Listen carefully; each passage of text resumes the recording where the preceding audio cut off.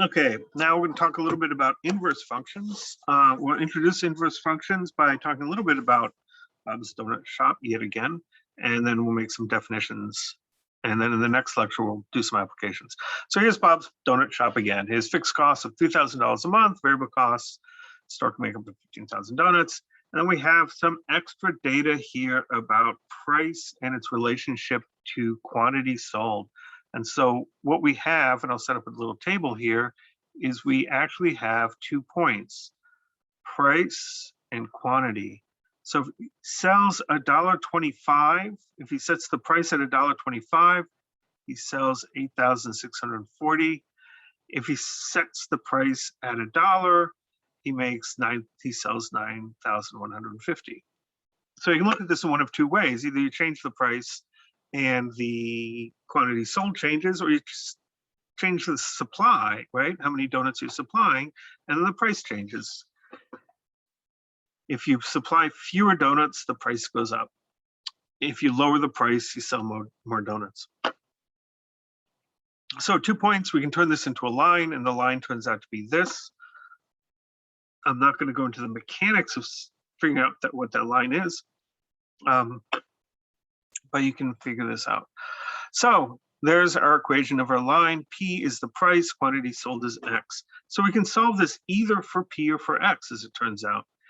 You could say price is, or 2,000 P is 11,150 minus X, and divide both side by 2,000. You get 11,150 over 2,000 minus 1 over 2,000 times X.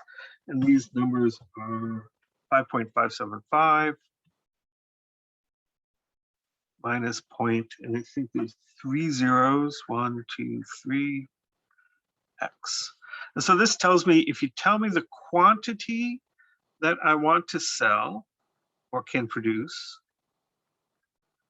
then it tells you as the output the price that you ought to set on your donuts.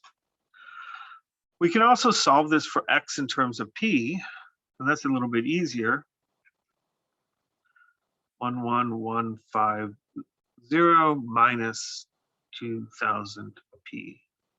And now this is telling us something different. If you set the price, right, I want to sell the donuts for 1,000, it tells me how many I should make. And this kind of thing here is actually pretty common. People want to determine what's the price demand for whatever they're selling. And so what you do is you have a sale and you see how much your sales go up. And that tells you a relationship between sales and price. So this is called a price demand curve. What are the units of slope? Well, it's a line. This is the slope, or in decimals, that's the slope. Input is quantity, output is price. Slope is change in output, so change in price divided by change in input, which is change in quantity. So this is dollars per donut. Right, that's the slope here. So if you raise the number of donuts you're making by 1, you decrease the price you are to charge by 0.0005. Or if you look at it this way, if you make 2,000 more donuts, you're going to drive your price down by $1. So it's the change in price regarding to donut. Here, what's the units of this? Input is price, output of donut is donuts. So slope is change in output divided by change in input. So this is donuts per dollar. If you raise the price by $1, then you will decrease the number of donuts you sell by 2,000. What's the units of the y-intercept? Well, your output is all price, and price has to be in dollars. And so what is this 5.575? Well, if you keep raising the quantity, let's see, what am I trying to say here? Yeah, if you keep lowering the quantity, what's the final price going to be? It's going to be 5.575, right? So if you lower the quantity each time and you lose, 0.005 cents on the price, what's the final price going to be? 5.575. So basically, if you raise the price up to 5.575, you're not going to be able to sell any donuts because they're too expensive. What about the y-intercept here? Well, it's going to have the same units as the output, so that's going to be in donuts. What's the y-intercept there? If the price is set equal to 0, there'll be 11,150 people clamoring for your donuts. That's how many donuts you can give away if you set your price equal to 0. So the 5.575 is, if you raise the price to 5.575, you will not sell any donuts. If you lower the price to 0, you'll be able to give away 11,150. So finally, revenue is price times quantity. So revenue of X is price times quantity, but we have a formula for P,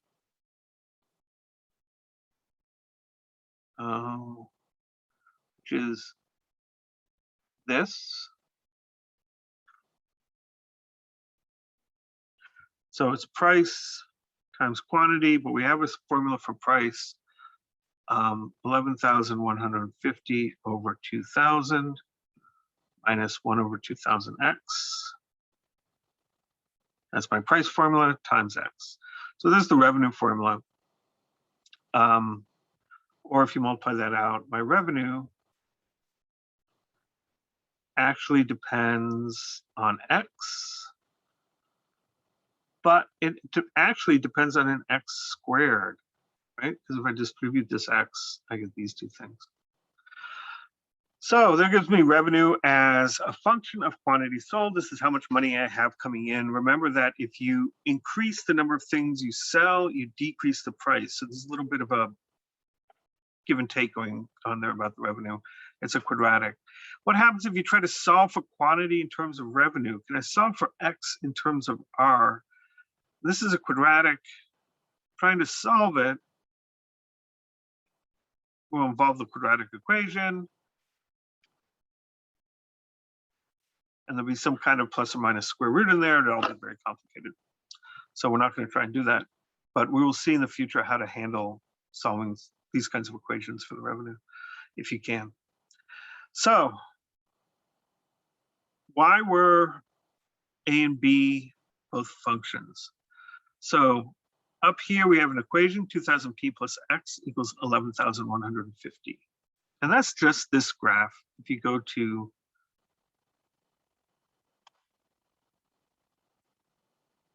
GeoGebra and graph it, you get this. You have to use a y instead of an x, and then I'll look at it and I'll tell you what it is. So this line, graphed here in green, 11,150 is my x-intercept. So that means this is donuts made. And there's my y-intercept, that was the 5.575. And this is dollars, right? So price is on the horizontal axis, donuts on the y-axis, on the x-axis. So an interesting thing about this is that if I pick an x value, say I want to make 5,000 donuts, then I can figure out exactly what I should charge by going over here. It'll be about 2.5, say. So if I have an x and I want a p, I can do that. There's exactly one p because it's a function. The weird thing though is that if I pick a p equals to 2 and I ask how many donuts should I make if I want to sell them at a price of $2 each? Well, I can also, if I can hold my hand steady, find exactly one x. Maybe 7,100 donuts, that'll give me exactly $2, right? So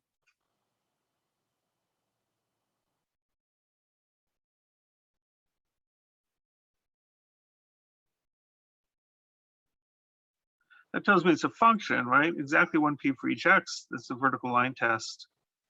But we also have exactly 1x for each p. That tells me that this is actually a function as well, going back the other way, right? And we'll see that why this is called the horizontal line test in a minute.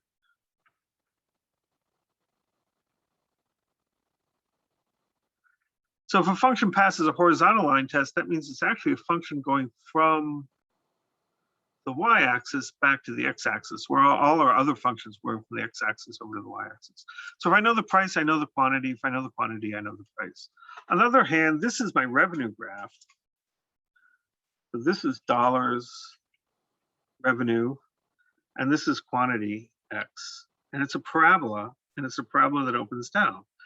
So if I pick a particular quantity, 3,000, I can say, well, I'm going to make a little more than $12,000, right? Because it's a function, it passes the vertical line test. So each x, it's exactly 1R, one revenue value. But how many x's does this revenue get? Well, it actually gets 2. I can either make 3,000 donuts, or I can make what looks like to be about 8,100 donuts. Those two amounts, 8,100 and 3,000 donuts, they both give me the same revenue. And why is that? Well, if you make few donuts, your prices are high. So you're bringing in a lot of money per donut, and so you're making this much revenue. If you make a lot of donuts, your prices are low, but you're selling a lot more donuts. So you're making up in quantity what you lose in price, and so you end up having the same revenue. So you have two different quantities that you can sell donuts at to give you the same revenue, right? And here, you're making no donuts, so you have no revenue. And here, you set your price so high that nobody's buying your donuts, so you still have no revenue. So,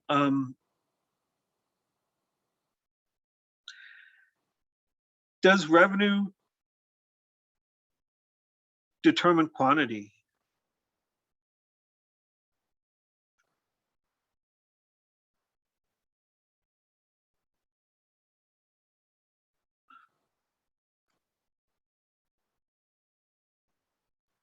Usually you get 2 x's for each r, right? If you want to make $10,000, you can either make this many donuts and sell them for a lot each, set the price pretty high, or you could make this many donuts and make them relatively cheap, and each one will give you $10,000 in revenue.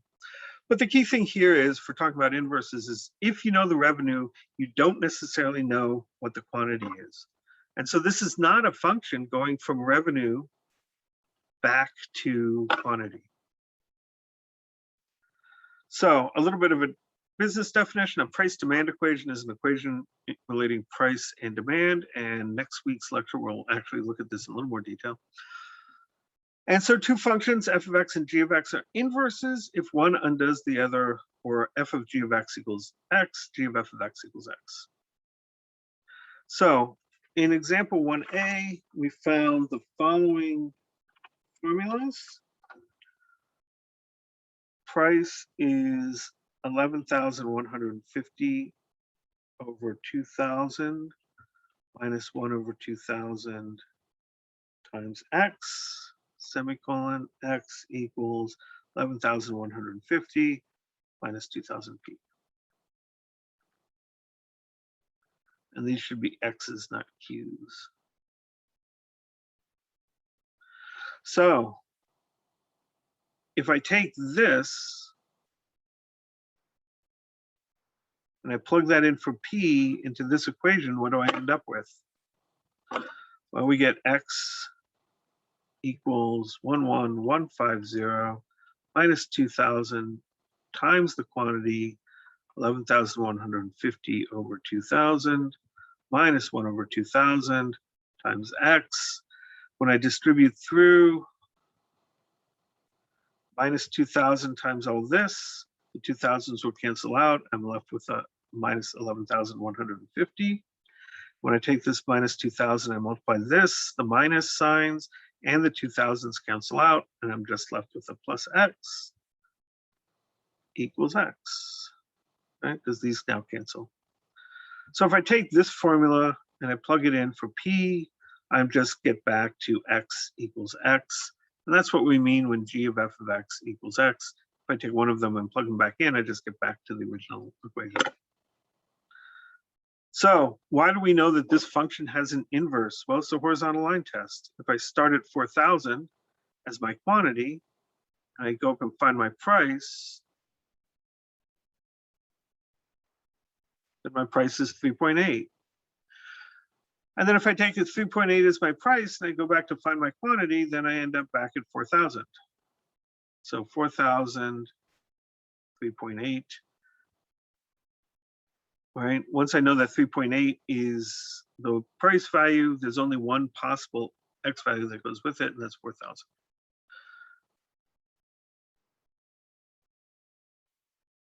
Right. And so an inverse function has to be a function, which means that each P or Y value on the vertical line has to have exactly one corresponding X.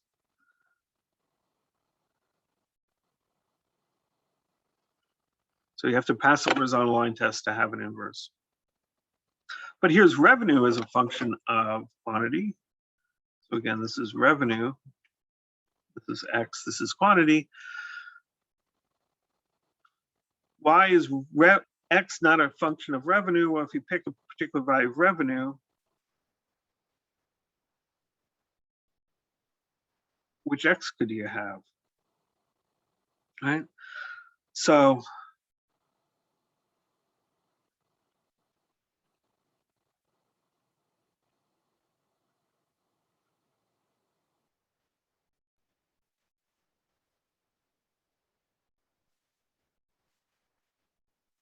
going from revenue back to quantity is not a function. And so that's what an inverse function is. It's basically, if you look at a graph, can you go from the x-axis up to the graph over the y-axis with not being able to make any choices? Same thing, if you start on the y-axis, you go back to the x-axis through the graph without having to make any choices. So a function is one-to-one, means every y in the range has exactly one x in the domain. That's the same thing as the horizontal line test. How do you tell if a function has an inverse? If you graph it and see if it passes the horizontal line test. The other thing you can do is you can try to solve for y in terms of x and see if the resulting formula is a function. Usually if you do something that involves square roots or squaring, you're not going to get an inverse function. So that's a little introduction to inverses.